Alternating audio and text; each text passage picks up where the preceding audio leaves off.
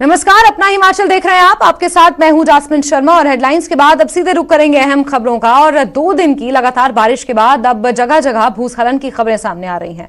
नालागढ़ के रामशहर रोड पर कई जगहों पर भारी भूस्खलन हुआ है। भूस्खलन के बाद सड़कों में बड़ी बड़ी दरारें देखने को मिल रही हैं, जिससे नालागढ़ रामशहर रोड पूरी तरीके से बंद हो गया है। रास्ता बंद होने से शिमला आने जाने वाले लोगों को भारी परेशानियों का सामना भी करना पड़ रहा है। यहाँ चिकनी नदी में भारी मात्रा में मलबा भी गिरा है, जिससे मलबा बांध की तरह दिखाई देने लगा है। आप तस्वीरें देख सकते हैं, नालागढ़ के रामशहर रोड की ये तस्वीरें हैं जहां पर भूस्खलन हुआ है। सड़क कहीं कहीं क्षतिग्रस्त भी नजर आ रही है और यातायात पूरे तरीके से बाधित है।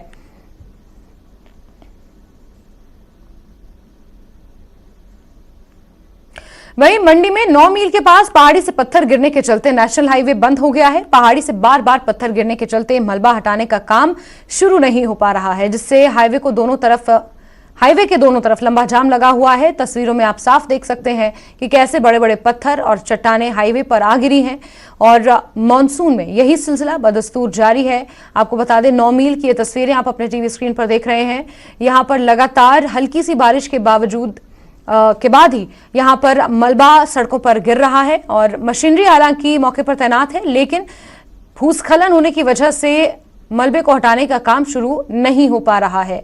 मंडी के 9 मील की आपको ये तस्वीरें दिखा रहे हैं। ये मुख्य मार्ग है जो चंडीगढ़ को मनाली से वाया मंडी जोड़ता है, लेकिन यहां पर जिस तरीके से भूस्खलन हो रहा है, बार बार रिस्टोर करने की कोशिशों के बावजूद भी हाईवे की ये स्थिति है जो आपके टीवी स्क्रीन पर नजर आ रही है।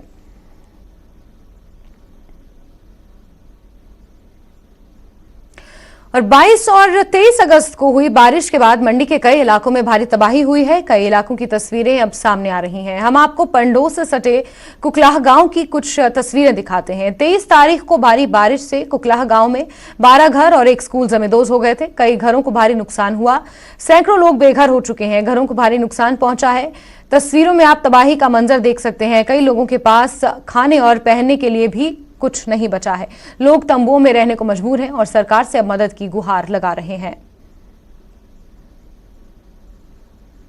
जो कल बादल फटने से जो है मेरे घर को छत खत्म हो गया, पूरा खड ले गई है, जिसमें 4 कमरे थे। सिर्फ परिवार से बचा है, बाकी कोई भी सामान नहीं बचा है।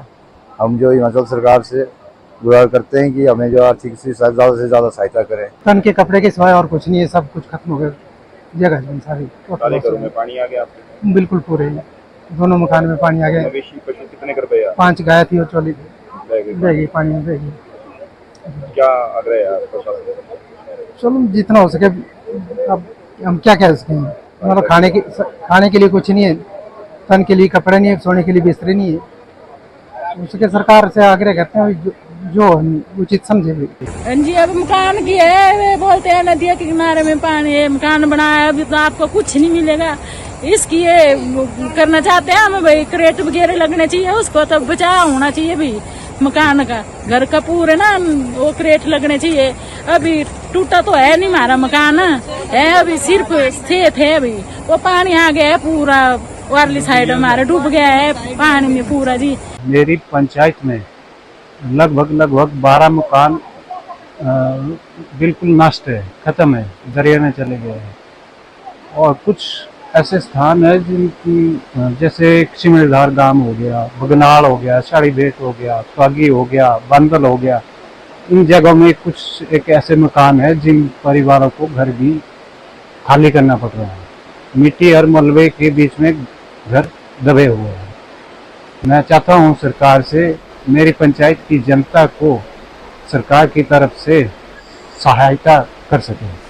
चंडीगढ़ मनाली हाईवे पर भूस्खलन के चलते कुल्लू और मंडी के बीच बीते 4 दिनों से सैकड़ों गाड़ियां फंसी हुई हैं। जहां तहां फंसे ट्रक ड्राइवरों का बुरा हाल है। कल उनके आक्रोश और प्रदर्शन की तस्वीरें भी सामने आई थी, लेकिन अब वहां से एक अच्छी तस्वीर सामने आई है। हाईवे पर फंसे ट्रक ड्राइवरों को रेड क्रॉस सोसाइटी और नागचड़ा बर्तन स्टोर की तरफ से भोजन की सुविधा उपलब्ध कराई जा रही है। रेड क्रॉस के लोग दोनों टाइम का खाना यहाँ लेकर आते हैं। सभी ड्राइवरों को खाना और पानी मुफ्त में दिया जा रहा है, जो मुसीबत में ट्रक ड्राइवरों को सबसे बड़ी मदद है। जो ये स्टॉल है, ये जगह जगह पर जो, हाँ जी, रेड क्रॉस की तरफ से खाना बढ़िया मिल रहा है हमारे को, सभी ड्राइवर भाइयों को। नागचला बर्तन से भी बढ़िया खाना मिल रहा है। टाइम से टाइम 3 टाइम, सुबह भी चाय बिस्कुट और दोपहर को खाना, शाम को भी। हाँ, इनके लिए सभी के लिए धन्यवाद है। 3-4 दिन हो गए जी बंजौरा में फंस रखे हैं हम लोग। तो जो प्रशासन जो खाना खूना लेके आ रहे हैं, बहुत अच्छा इन्होंने इंतजाम किया है। हम लोग यहाँ पे जो भंडारा, ये हमारा लंगर सेवा जो लगी हुई है, आज इसका 8वां दिन है और हम फ्रेश खाना लोगों को, ड्राइवर भाइयों को फ्रेश खाना प्रोवाइड कर रहे हैं। और ये मैं तो यही बोलता हूँ कि जो भी हमारे साथ वाले, जो भी कोई भी इस आपदा के टाइम में सब लोगों को मिलजुल के जो अपनी जगह, जो उनके नज़दीक हो, वहाँ पे ऐसा सहयोग करना चाहिए। सर हमारे को 3 से 4 दिन यहाँ पर फंसे हुए हो गए इसी रोड पे। और हम सबसे पहले तो मैं शुक्रिया इनका अदा करना चाहता हूँ जो लंगर सेवा हमारी चलाई हुई है। ड्राइवर भाइयों के लिए सबसे फ्री खाना, फ्री लंगर सेवा, फ्री पानी, डेली सुबह शाम दिन को घूम रहे हैं हमारे नाश्ता पानी, ब्रेकफास्ट लंच डिनर के लिए। तो इनका मैं बहुत बहुत धन्यवाद करना चाहता हूँ कि सभी ड्राइवरों को खाना पहुँचा रहे हैं हर एक गाड़ी में। मंडी और कुल्लू का जो रास्ता है बंद है, जिस कारण बजौरा में काफ़ी बड़े और छोटे वाहन जो है वो फंसे हुए थे। और वहाँ पे जो उनके चालकों और उनके जो गाड़ियों में बैठे हुए थे लोग थे, उनको काफ़ी समस्या का, काफ़ी खाने की समस्या का प्रॉब्लम हो रही थी। तो हमें उपायुक्त महोदय के निर्देशानुसार ज़िला रेड क्रॉस सोसाइटी ने इन सभी लोगों को जो वहाँ फंसे हुए थे उनकी भोजन की व्यवस्था की गई। और उन्हें करीब जो है 500 लोग जो वहाँ पे फंसे हुए थे, उनको सुबह का ब्रेकफास्ट, लंच और डिनर जो है रेड क्रॉस सोसाइटी की तरफ से मुहैया करवाया गया। आगे बढ़ेंगे और बाढ़ बारिश से हुए नुकसान के चलते लोगों को शिमला कालका रेलवे लाइन पर सफर करने के लिए अब लंबा इंतजार करना पड़ेगा। कई जगहों पर रेलवे ट्रैक को भारी नुकसान पहुंचा है, जिसकी मरम्मत का काम शुरू हो चुका है। इस रेल लाइन पर 60 जगहों पर भूस्खलन हुआ है, जिससे इसे दुरुस्त करने में अभी वक्त लग सकता है। इस वक्त हम समरहिल में हैं, शिप बॉडी के ठीक ऊपर, जहां 14 अगस्त के दिन आसमान से आफत टूटी थी और उसमें किस तरह का नुकसान हुआ था। यहाँ पर आपको ये रेलवे ट्रैक हम दिखा रहे हैं, किस तरह से ये हवा में लटका हुआ था। अब इसको ठीक करने का कार्य शुरू हो गया है। नुकसान बहुत ज्यादा है, लेकिन इससे भी ज्यादा नुकसान इससे ठीक नीचे शिप बॉडी मंदिर में हुआ है, जहाँ पर बेशकीमती 20 जाने गई हैं। सर्च ऑपरेशन अब बंद है और यहाँ पर अब कोशिश ये की जा रही है कि इस ट्रैक को जो है जल्दी बहाल किया जाए, लेकिन ये जो है आसान काम नहीं है। ये जो हेरिटेज ट्रैक है शिमला कालका, इसको ये जो है 1903 में बनकर तैयार हुआ था। उसके बाद से अब तक इतनी बड़ी त्रासदी जो है यहाँ इस ट्रैक पर भी नहीं देखी गई और इतना ज्यादा समय तक जो है ये ट्रैक बन भी नहीं रहा। और यहाँ पर ये शुरुआती तौर पर जानकारी दी गई है कि 5 सितंबर तक जो ट्रेन्स हैं वो इसमें 5 सितंबर तक जितनी भी ट्रेनें हैं वो रद्द कर दी गई हैं, ताकि ये मरम्मत कार्य जो है पूरा किया जा सके। लेकिन जिस तरह की स्थिति बनी हुई है उसको देखते हुए लगता नहीं है कि ये कार्य जो है इतनी जल्दी पूरा होगा, क्योंकि ये भी जानकारी है कि लास्ट जो 23 अगस्त को जिस दिन भारी बारिश हुई थी, उस दौरान इस पूरे ट्रैक में जो है 60 जगह पर भूस्खलन हुआ था। लेकिन जो सबसे ज्यादा नुकसान इस रेलवे ट्रैक को हुआ है वो यहीं पर हुआ है। और आप देखिए कि किस तरह से ये अभी भी हवा में लटका हुआ है। कोशिश अब ये की जा रही है कि यहाँ पर जो पहले रेलवे ब्रिज हुआ करता था, उसी तरह जो है एक मजबूत ब्रिज यहाँ पर तैयार किया जाए। तो तमाम जो अमला है मरम्मत कार्य में यहाँ पर जुटा हुआ है और समय अभी ये नहीं बताया गया कि कब तक फिर से ये जो हेरिटेज ट्रैक है वो यहाँ पर फिर से शुरू होगा, गाड़ियां जो हैं इसमें चल पाएंगी। जो स्पेशलाइज जो टीम होती है ऐसे कार्यों के लिए, उसको भी यहाँ पर बुलाया गया है। और यहाँ पर कोशिश ये की जा रही है कि इसको जो है जो जानकारी हम तक पहुंची है कि 15 सितंबर तक शायद इसको शुरू किया जा सके। शिमला से कैमरा सहयोगी दीपक राणा के साथ रणबीर सिंह, न्यूज़ 18 हिमाचल। चलिए आगे बढ़ते हैं और नेता विपक्ष जयराम ठाकुर ने बंद सड़कों को बहाल करने में हो रही देरी को लेकर एक बार फिर सरकार पर सवाल उठाए हैं। जयराम ठाकुर ने मंडी के दुर्गम भाटकीधार इलाके का दौरा कर प्रभावितों से मुलाकात की और सड़कों की वजह से लोगों को हो रही परेशानी पर कहा कि फिलहाल 9 से 5 बजे तक रेस्टोरेशन का काम हो रहा है, जिससे बहुत वक्त लग जाएगा। सरकार को चाहिए कि युद्ध स्तर पर सड़कों की बहाली का काम किया जाए। आज मैं कह रहा हूं, विपक्ष के नेता के नाते मेरा सरकार का विरोध करने का कोई सवाल नहीं है।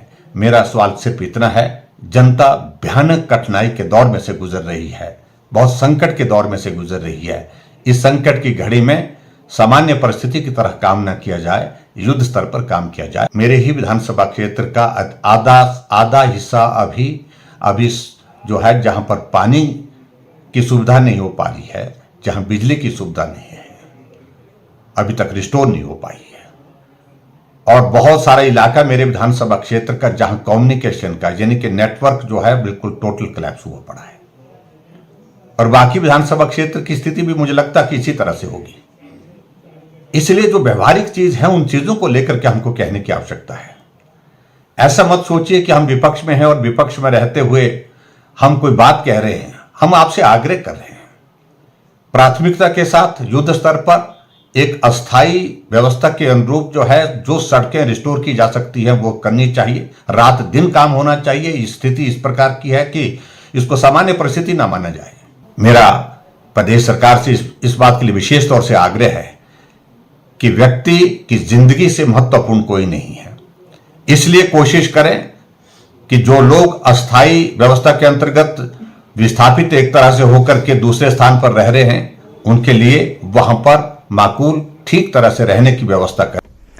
पूर्व विधानसभा अध्यक्ष और बीजेपी नेता विपिन सिंह परमार ने कांगड़ा के ज्वारी इलाके में हुई तबाही का जायजा लिया। उनके साथ बीजेपी नेता त्रिलोक कपूर, पूर्व मंत्री राकेश पठानिया, रणवीर निक्का, संजय गुलेरिया और बीजेपी के जिलाध्यक्ष रमेश राणा भी आपदाग्रस्त इलाकों में गए और प्रभावितों से मुलाकात की। इस दौरान लोगों में स्थानीय सांसद किशन कपूर को लेकर नाराजगी देखने को मिली। हालांकि विपिन परमार ने कहा कि बीजेपी का हर नेता प्रभावितों के साथ खड़ा है और केंद्र सरकार की तरफ से भी पूरी मदद की जा रही है। हम जानते हैं आप इलेक्टेड आदमी है, आप लोगों का दुख दर्द जो है वो सच्चा है, पर हम आपके साथ हैं। और दूसरी बात ये है चौहान जी कि हम सरकार को भी कहेंगे कि यहाँ पर तात्कालिक कुछ न कुछ फैसले लिए जाएं, इनको जमीन अलॉट की जाए। दूसरा, इस इलाके के लिए कोई अलग से पैकेज दिया जाए 10-15 करोड़ रुपए का, ताकि दो कमरे, एक बाथरूम और कुछ लैट्रिन वगैरह बनाने की व्यवस्था हो। ठीक है ना जी, अलग से पैकेज। मैं सुलह से हूँ, हमारे 3 गांव आपकी तरह ही दब गए हैं। पार्टी की तरफ से आए हुए हम सभी जिम्मेवार आदमी हैं। ये सिर्फ इसलिए नहीं आए कि सिर्फ देख करके चले गए, आपकी आवाज को पहुंचाएंगे, यही मैं कहना चाहता हूँ। इस प्रभावित इलाके में सरकार एक ठोस योजना बनाए और जहां हिमाचल प्रदेश में बाढ़ ग्रसित इलाकों की सरकार चिंता करे, वहीं पर जिला कांगड़ा, कोटला या अन्य स्थानों में जहां जहां पर नुकसान हुआ है उसके बारे में पैकेज दे। ये मैं निवेदन करना चाहता हूं कि तत्काल मौके पर ज़रूरतमंद लोगों को सहयोग राशि बिना किसी भेदभाव के दे दी जाए। मैंने जिलाधीश महोदय से भी बात की है और हिमाचल प्रदेश के मुख्यमंत्री जी से भी बात की है कि इस बारे में तत्काल फैसला लिया जाए। वहीं सीपीएस रामकुमार लगातार नालागढ़ के आपदा प्रभावित लोगों तक मदद पहुंचाने के काम में जुटे हैं। उन्होंने सौड़ी पंचायत के नवानगर और माजरी गांव में आपदा प्रभावित लोगों से मुलाकात की। यहां जिन लोगों के घर जमींदोज हो गए हैं उसे लेकर उन्होंने ये आश्वासन दिया कि घर बनाने के लिए लोगों को 3-3 बिस्वा जमीन दी जाए। इसे लेकर उन्होंने डीसी को भी आपदा प्रभावितों को हर तरह की मदद का निर्देश दिया। ग्रामीण बेघर हुए हैं, उनको मुआवजा राशि जो है अभी माननीय मुख्यमंत्री जी ने उसको, हमारा जो मैनुअल था उसको अमेंड भी किया है, उसका सुधार किया है। पहले बहुत कम राशि थी, अभी 1,30,000 रुपये की राशि हम मकान जो फुली डैमेज हो गया और 1 लाख रुपये की राशि जो जिसमें दरारें आई हैं या कम डैमेज हुआ है और उसके बिलोंगिंग्स के लिए पैसे जो है वो हम देंगे और उसका केसेस वगैरह बना दिए हैं। ज़रूरी जो उनका फाइल वगैरह बन रही हैं तो उनके अकाउंट्स में पैसे शीघ्र ही हम डालेंगे। और जो ज़मीन जहां उसका सर्वे हम करवाएंगे जो ज़मीन भी दर गई है, रहने लायक नहीं रहेगी, अनसेफ घोषित हो जाएगी, तो उसके एवज में 3 बिस्वा ज़मीन प्रति घर जो है वो सरकार उनको देगी। ये हमने फैसला किया। सर, जो खेती बाड़ी वाली जमीन जिनकी अब ढह गई है या जमीन धंस गई है, उनका क्या होगा? उसका भी सर्वेक्षण करके उसको कैबिनेट में ले जाना पड़ेगा। अभी जो हम तुरंत दे सकते हैं वो 3 बिस्वा ही देंगे। अगर किसी की खेती लायक ज़मीन बह गई है या फुली डैमेज हो गई है, उसको हम सर्वे करवा के उसको माननीय मुख्यमंत्री से और हमारे जो ग्रामीण मंत्री हैं उनसे, रेवेन्यू का इंचार्ज मैं भी हूँ, तो हमारे रेवेन्यू मिनिस्टर से, तो उनसे सलाह करके उसको हम कैबिनेट में लेके जाएंगे। तो जिन लोगों का ऐसे नुकसान हुआ है तो उनको हम उसके एवज में गवर्नमेंट लैंड देंगे, उसका तबादला जो है वो होता है। कांगड़ा के मंड क्षेत्र में तबाही के बाद ब्यास नदी के किनारे तटबंध बनाने की मांग जोर पकड़ने लगी है। बीजेपी नेता और जिला परिषद राहुल पठानिया ने इसकी मांग करते हुए सरकार पर भेदभाव का आरोप लगाया है। पठानिया ने कहा कि जब सवान नदी का चैनलाइजेशन हो सकता है तो फिर ब्यास नदी के किनारे तटबंध क्यों नहीं बनाया जा सकता। हमारी मंड पराल से लेके नीलुआ तक 7 पंचायतें इस बाढ़ से प्रभावित हैं, जिसमें मंड मजवा, मंड सनौर, मंड इंदौरा का क्षेत्र भी आता है और ठाकुरद्वारा का क्षेत्र आता है। अगर सरकार ने समय रहते हुए ब्यास नदी को चैनलाइजेशन करने का कदम उठाया होता तो मैं अवश्य एक बात कह सकता हूँ कि ये जो आपदा मेरे किसान भाइयों के ऊपर, मेरे क्षेत्र के लोगों के ऊपर आई है, वो कभी नहीं आती। स्वां रिवर की चैनलाइजेशन ऊना में हुई है। अगर ऊना जिले में चैनलाइजेशन हो सकती है, स्वां रिवर की हो सकती है, तो ब्यास रिवर की भी हो सकती है। मेरी सरकार से यही आग्रह है कि जल्द से जल्द ब्यास नदी का भी तटीयकरण कराया जाए। बारिश से प्रदेश भर की सड़कें बर्बाद हो चुकी हैं। चंबा में बालू मार्ग का भी यही हाल है, जिससे लोगों को भारी परेशानी का सामना करना पड़ रहा है। यह सड़क चंबा मुख्यालय से बालू के बीच सबसे कम दूरी की सड़क है, जिसके खराब होने से लोगों को 4 किलोमीटर ज्यादा सफर तय करना पड़ता है। सड़क खराब होने से बार बार हादसे का डर भी बना रहता है। हमारे आने जाने में बड़ी प्रॉब्लम हो रही है। रोज शॉर्टकट रास्ता है, बड़े रास्ते है, कई बार टाइम लंबा लगता है। हाँ, भीड़ भड़ाका बहुत है, बड़ा टाइम लग जाता है। तो इस रास्ते का निर्माण जो है या सुधार जल्दी जल्दी होना चाहिए, ताकि जल्दी अपना काम निकाल सकें। ये शॉर्टेज रास्ता भी है एक तरह से माना जाए तो, इसका सुधार हो जाए तो ट्रैफिक में भी फर्क पड़ता है। लेकिन अब आप इसकी हालात देखें तो ये तो बहुत खराब हो गया रास्ता। 2 व्हीलर के लिए तो बड़ा ही मुश्किल है। इसकी वजह से फिर अगर बाजार से आए हम लोग तो वहाँ जाम लग जाता है। तो अगर किसी के समय पर ड्यूटी पे पहुँचना है तो फिर मजबूरी की हालत में यही रास्ता लेना होगा। इतना रोड खराब हो चुका है कि आप देख सकते हो हर मोड़े पर गाड़ी गिरने के खतरे हैं। दिन ब दिन बाइक यहाँ स्लिप हो रही थी। हम आपके चैनल के माध्यम से उम्मीद करते हैं कि यहाँ प्रशासन कम से कम बजरी डाल के बाइक के चलने के लिए तो रोड कम। नालागढ़ के बरोटीवाला में युवक की मौत के लिए परिजनों ने उसकी लिव इन पार्टनर पर शक जाहिर किया है। पंजाब के नंगल का रहने वाला युवक इंद्रजीत यहां एक युवती के साथ लिव इन रिलेशनशिप में रह रहा था। ट्रक ड्राइवर इंद्रजीत बुधवार शाम 6 बजे नालागढ़ लौटा था, जिसके बाद 2 घंटे बाद युवती ने उसके परिजनों को उसकी मौत की सूचना दी। पुलिस परिजनों ने शिकायत पर मामले की जांच में पुलिस जुटी हुई है और पोस्टमार्टम रिपोर्ट का इंतजार किया जा रहा है। ये 5 बजे कल साढ़े कोलों आया है, 6 बजे पहुंचे नालागढ़। 6 बजे तो बाद जो भी कार्रवाई हुई है ये शक्ति हालात में 8 बजे सानू पता लगा कि डेथ हुई है। 2 घंटे में सानू इन्हें शक है कि जिस लड़की नाले रह रहा सी इस लव इन रिलेशन इनकुआरी होनी चाहिए है। सानू इंसाफ मिलना चाहिए है। ठीक है, जो भी दोषी पाया गया पोस्टमार्टम की रिपोर्ट आने तो बाद जो भी दोषी पाया जाता है उसके विरुद्ध सख्त। हिमाचल प्रदेश के कॉलेजों और विश्वविद्यालयों में इस बार भी छात्र संघ के चुनाव नहीं होंगे। ज्यादातर कॉलेज चुनाव के पक्ष में नहीं हैं। चुनाव में हिंसा की आशंका के चलते कॉलेज प्रबंधन चुनाव नहीं करवाना चाहते। 2014 से ही छात्र संघ चुनाव नहीं हो रहे हैं, लेकिन छात्र नेता रहे सुखविंदर सुक्खू के सीएम बनने के बाद छात्रों में एक उम्मीद जागी है। लेकिन एचपीयू के pro VC professor Rajendra Verma ने कहा कि इस बार चुनाव नहीं होंगे। हमें डिफरेंट सेंटर से जहां पर हमारे बच्चे स्टेट में अपीयर हो रहे हैं और पीछे भी अपीयर हुए हैं, तो उनकी जो भी प्रॉब्लम आ रही थी हमने उसे रिजॉल्व करने की पूरी कोशिश की। उसमें जब तो लगा हमें कि एग्ज़ाम पॉसिबल नहीं हो पाएगा, उन दिनों का एग्ज़ाम हमने पोस्टपोन किया है और फ्यूचर में जो वो पोस्टपोन किए हैं हमने एग्ज़ाम, उन्हें हम रीशेड्यूल कर जब हमारे ये रूटीन के एग्ज़ाम ख़त्म हो जाएंगे उसके बाद उन्हें भी करवाएंगे। पर इस बार अभी भी हम कॉन्फिडेंट हैं, हमें पूरा विश्वास है कि जितना भी हमारा टाइम ख़राब हुआ है due to the natural calamities examination process में, जिसकी वजह से हमारे जो एकेडमिक जो क्लासेस होंगी वो थोड़ी डिले हुई हैं, पर अभी भी हमारी अगर क्लासेस सितंबर में भी स्टार्ट हो जाती हैं फर्स्ट वीक में, तो देन तब भी हम जो है अपने आप को स्ट्रीमलाइन कर देंगे पूरे सेशन के लिए, और दिसंबर में जाकर हम अपने एग्ज़ाम करवा देंगे।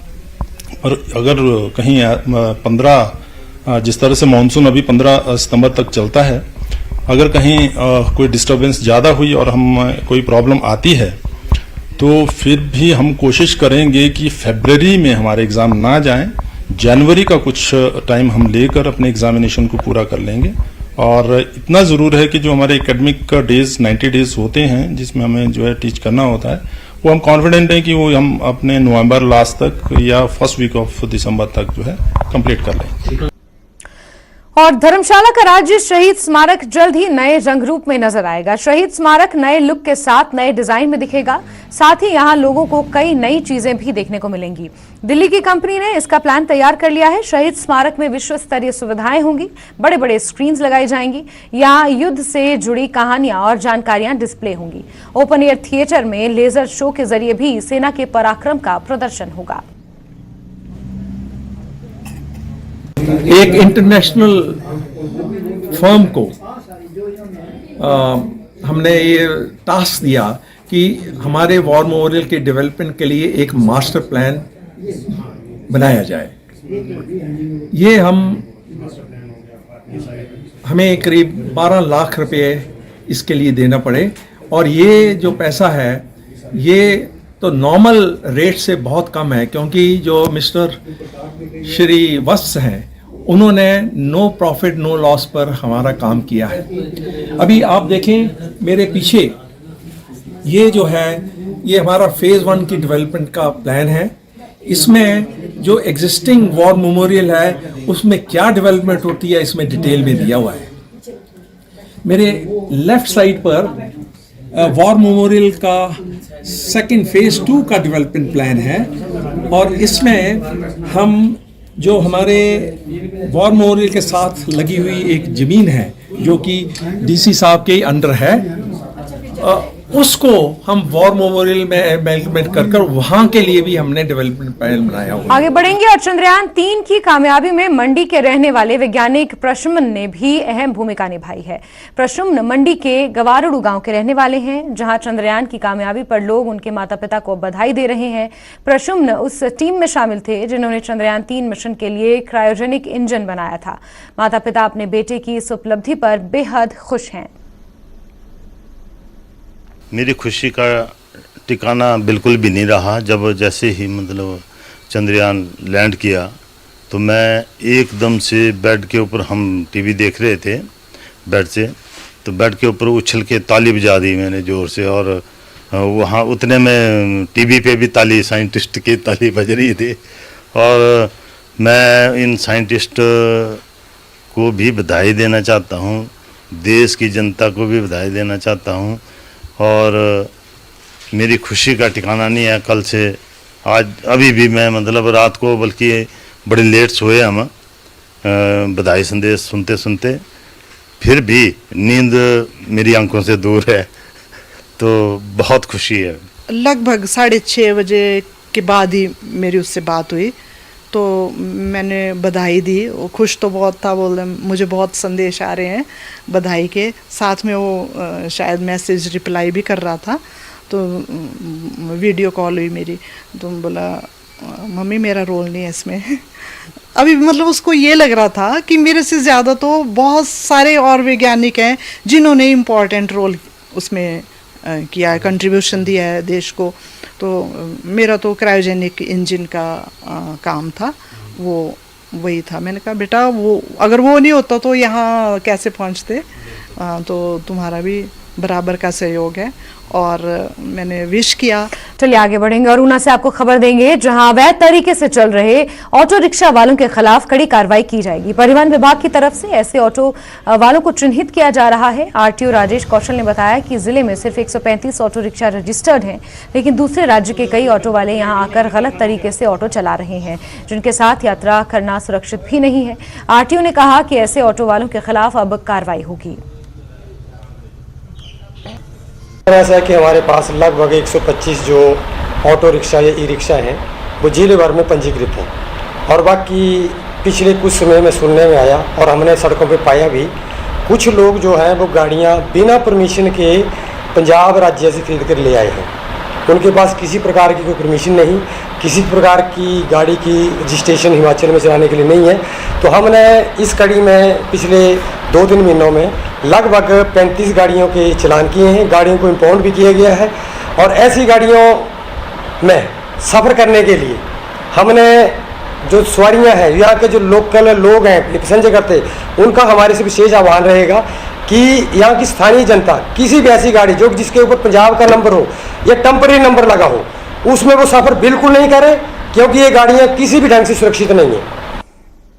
और इसी के साथ हिमाचल की खबरों में अभी के लिए बस इतना ही, लेकिन न्यूज़ 18 JKLH पर खबरों का सिलसिला जारी है। बने रहिए हमारे साथ। वक्त एक बहुत छोटे से ब्रेक का, ब्रेक के उस पार देखिए टॉप 18।